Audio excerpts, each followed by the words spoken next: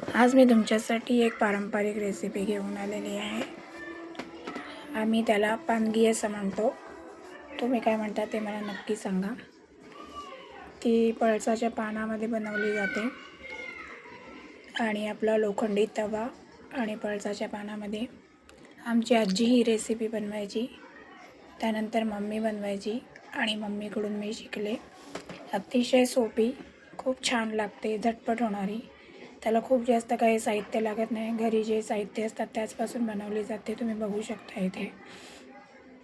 खूप छान लागते चवीला पण. आणि तुम्ही विचार करतील ही कसली पानं आहे, तर ही पळसाची पानं आहे, जी सहजरित्या आपल्याला बाजारात भेटतात. मी 2 बनवले होते मोठे मोठे, म्हणून 2 तवे चढवले होते. दोघांच्या तव्यांवर एक एक अशी बनवलेली होती. इथे बघू शकता तुम्ही. एक साईड झाली की मग दुसरी साईड पलटून आपण छान ही आपल्याला वाफवून घ्यायची आहे. झाकण बंद करून. सगळ्यात आधी त्याच्यासाठी आपल्याला लागणार आहे गूळ. आणि इथे आपण एक पॅन घेतलेला आहे, त्याच्यामध्ये 1 वाटी एवढं पाणी घातलं आहे आणि त्याच्यामध्ये जे आपण छान बारीक गूळ कापून घेतलं आहे ते गूळ टाकूया आणि हे गूळ पूर्ण मेल्ट होईपर्यंत आपल्याला मेल्ट करून घ्यायचं आहे. म्हणजे कुठल्याही प्रकारचा पाक बनवायचा नाही आहे, फक्त मीडियम फ्लेमवर आपल्याला गूळ हे मेल्ट करून घ्यायचं आहे.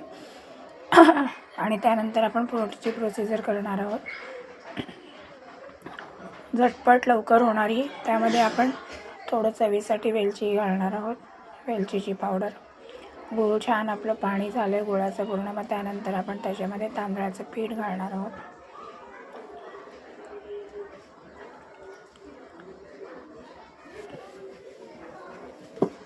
तांदळाचं पीठ 2 ते 3 वाटी एवढं तांदळाचं पीठ घातलेलं आहे. तुम्ही जेवढ्या प्रमाणात बनवणार असाल तेवढ्या प्रमाणात घाला. मी 2 पानगी करणार होती म्हणून 2 पानगी करायची म्हणून त्यानुसार पीठ घातलेलं होतं. त्यानंतर छान आपण ते एका मोठ्या परातीमध्ये काढून घ्यायचं आहे थंड व्हायला. जसं आपण तांदळाच्या भाकरी करताना त्याची उकड काढतो त्याचप्रमाणे याची पाणी आणि गूळ असं मिक्स करून याची उकड काढायची आहे. आणि ते बघू शकता सारण थोडंसं आपलं थंड झालेलं आहे. आता ते छान आपल्याला मळून घ्यायचं आहे आणि छान एकत्र करून घ्यायचं आहे. तुम्हाला जर वाटलं की हे गोड कमी आहे किंवा खूप घट्ट आहे तर तुम्ही पुन्हा थोडंसं गूळ कापून थोडं पाणी आणि गूळ असं मिक्स करून गूळ पातळ करून पुन्हा त्यामध्ये टाकू शकता. इथे बघू शकता तुम्ही छान आपला गोळा तयार झालेला आहे. त्यानंतर ही काही पानं आहेत, याला पळसाची पानं म्हणतात. ही सुकवलेली पळसाची पानं आहे, बाजारात सहजगत्या उपलब्ध होतात ही. त्यानंतर ही पानं छान आपण एकावर एक अशी 3 पानं ठेवून घेतलेली आहेत. आणि ही पानं मेन म्हणजे थोडा वेळ आधी पाण्यामध्ये भिजवून ठेवायची असतात. नाही, थोडा वेळ भिजवून ठेवायची असतात जेणेकरून ही थोडी नरम होतात, कारण सुकवलेली पानं खूप कडक असतात. त्यानंतर आपल्याला हाताने जसं आपण भाकरी थापतो तशाच पद्धतीने आपल्याला हे छान थापून घ्यायचं आहे. आणि त्याच्यावरून ही पानं आपल्याला पूर्ण ती भाकर झाकेल एवढं पानं त्याच्यावर लावायची आहे. म्हणजे मी खालून 3 पान आणि वरून 3 पान असे लावले होते, वरती 3 पान. ते बघू शकता तुम्ही. छान अशी थापून झालेली आहे. एकदम जाड थापायची नाही आहे, मीडियम थापायची आहे. आणि आपल्याला हे असंच उचलून हे आपल्याला तव्यावर ठेवायचं आहे. आणि याच्यासाठी ही भाकर शेकण्यासाठी लोखंडी तवाच पाहिजे. तुम्ही लोखंडी तवेचा वापर करा. मी हा मोठ्या साईजचा लोखंडी तवा घेतलेला, म्हणजे भाकर सगळ्या ठिकाणून छान शिजली जाईल. त्यानंतर त्याच्यावर आपल्याला मोठी एक प्लेट ठेवायची आहे आणि काही 7-8 मिनटं आपल्याला हे ठेवून द्यायचं आहे. मध्ये तुम्ही एकदा 5 मिनटांनी काढून बघा.